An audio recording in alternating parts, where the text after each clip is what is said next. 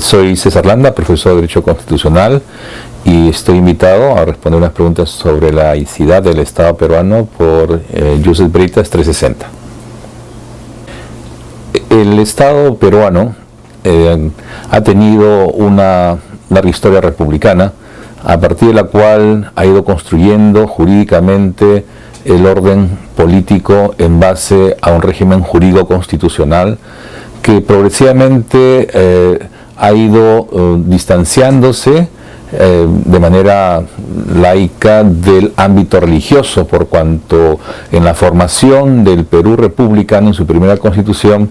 la República del Perú era apostólica y romana, ¿no? Católica. Desde esa perspectiva es que en 1914 se produce la separación del Estado de la Iglesia, en particular católica, y desde entonces se ha ido configurando un régimen de neutralidad o de independencia, ¿no?, de la Iglesia, como manda la Constitución actual, en el artículo 50, y eso implica entonces que el Estado peruano sea neutral en relación a los asuntos de la Iglesia,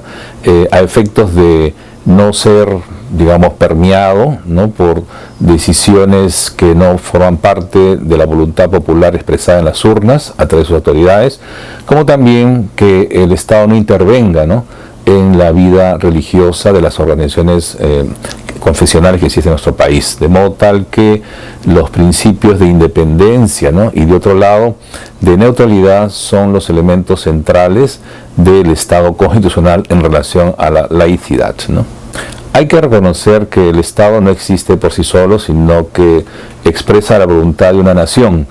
y ciertamente la población peruana mayoritariamente tiene confesiones religiosas, en el sentido que la Constitución también protege la libertad de conciencia y religión sin que ofenda el orden público.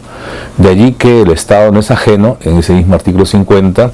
a establecer un régimen de colaboración con las confesiones, otorgando a la Iglesia Católica un estatus especial dada su contribución o su participación en la vida pública y en la vida privada, sobre todo la nación. No obstante, existe el debate en torno a que el régimen constitucional, al otorgar un grado de colaboración, perdiera el grado de laicidad. De ahí que el Tribunal Constitucional, por ejemplo, acaba de expirar una sentencia en la cual establece los grados de colaboración, por ejemplo, en materia de educación religiosa, de los centros educativos, ¿no?, que reciben colaboración financiera, directa e indirectamente, por parte del Estado, ¿no? De modo tal de que el tribunal ha marcado una línea clara en el sentido de que la vocación educativa es una tarea que no está exclusivamente centrada en la labor del Estado o de los privados, pero bajo ciertamente un criterio de laicidad. De ahí que, respetando la educación privada que ofrezcan los centros religiosos, el Estado debe asegurar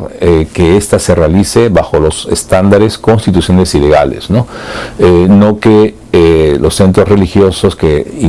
brindan educación, el servicio educativo, más bien utilicen el Estado para financiar sus actividades. En ese sentido, marca una línea divisoria en torno al grado de independencia y neutralidad del Estado en las tareas educativas, incluso de la Iglesia Católica, ¿no?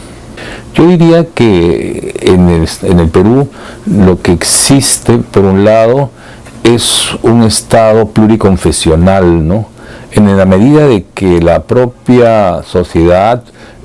expresa su fe religiosa de diferentes formas, ¿no?, desde las iglesias mayoritariamente católicas o cristianas hasta las iglesias o de la religiosidad, diría, andina, ¿no?, donde hay una mistura de celebraciones y ceremonias religiosas con tradiciones oriundas, originarias de nuestros pueblos de los Andes, ¿no? De modo tal que la religiosidad está presente, de ahí que el propio Estado haya dictado hace ya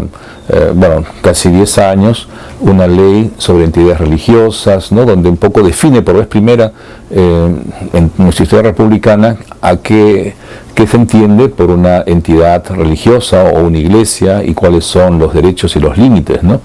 Y ciertamente que hay temas sensibles en la educación, en la formación de los niños, de las familias, de la sociedad, donde la iglesia siempre ha ocupado un lugar, la iglesia católica y ahora un poco protestantes, ¿no? Un lugar privilegiado. Sin embargo, el Estado, que no es permeable, digamos, a tipos de influencias privadas, en este caso también religiosas, ha dado muestras en algunos casos en torno a, por ejemplo, en algún momento prohibir la píldora al día siguiente, lo cual ha sido ya revisado, ¿no?, por el propio Poder Judicial a una decisión del Tribunal Constitucional que dejaba de lado una sentencia anterior. O en todo caso, aspectos de la formación personal y familiar que diría yo, desde el punto de vista constitucional, hay un marco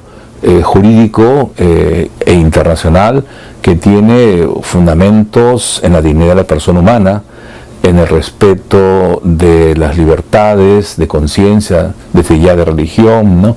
Pero un conjunto de derechos de libertad de pensamiento, el derecho a la educación, ¿no?, que son importantes, que tengan una afirmación el Estado que represente el interés general de todos los peruanos, ¿no? Las iglesias son valiosas, pero representan intereses, unas mayores, otras menores, del sentimiento peruano religioso, pero que es el Estado el único garante de la independencia y la autonomía y la satisfacción de los bienes constitucionales, que son bienes también de orden moral y ético, como los principios de la persona humana, como fin supremo de la sociedad y del Estado, ¿no?, o los fines de la solidaridad, ¿no?, que protege la Constitución en su modelo de Estado social, ¿no?, o los fines de un bienestar común basado en una economía social de mercado, de modo tal que la orden constitucional confiere las garantías necesarias y suficientes para el desarrollo en libertad de las personas y las familias,